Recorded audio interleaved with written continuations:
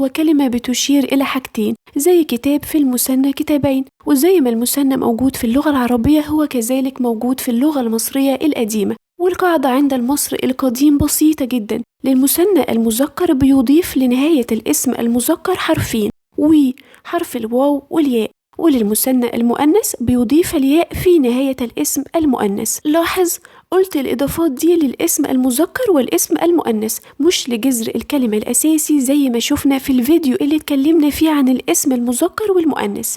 يبقى بيضيف لنهاية الاسم المذكر ويضيف الياء للاسم المؤنث علشان يديني المثنى. ونشوف المثال ده مع بعض. سن اسم مذكر بمعنى أخ، في المثنى هيبقى سنوي أخين، ضاف الوي لنهاية الاسم المذكر علشان يديني المثنى منه.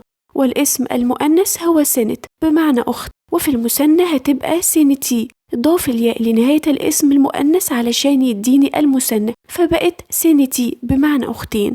ملحوظة صغيرة بقى في الكتابة، إن المصري القديم كان له طريقة قديمة كده في كتابة المثنى والجمع برضه، وهي إنه لما تكون الكلمة مثنى بيكرر الكلمة مرتين، يعني يكتبها مرتين جنب بعض، أو يكرر المخصص بس بتاع الكلمة مرتين، ولما تكون جمع يكرر الكلمة أو المخصص 3 مرات.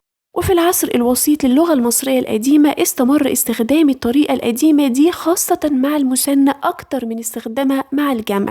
فهنلاقيه على سبيل المثال مع كلمة زي سنتي بمعنى أختين، كتب حرف الياء إضافة المثنى وكرر مخصص السيدة الجالسة مرتين برضو كدلالة على المثنى. وبس كده.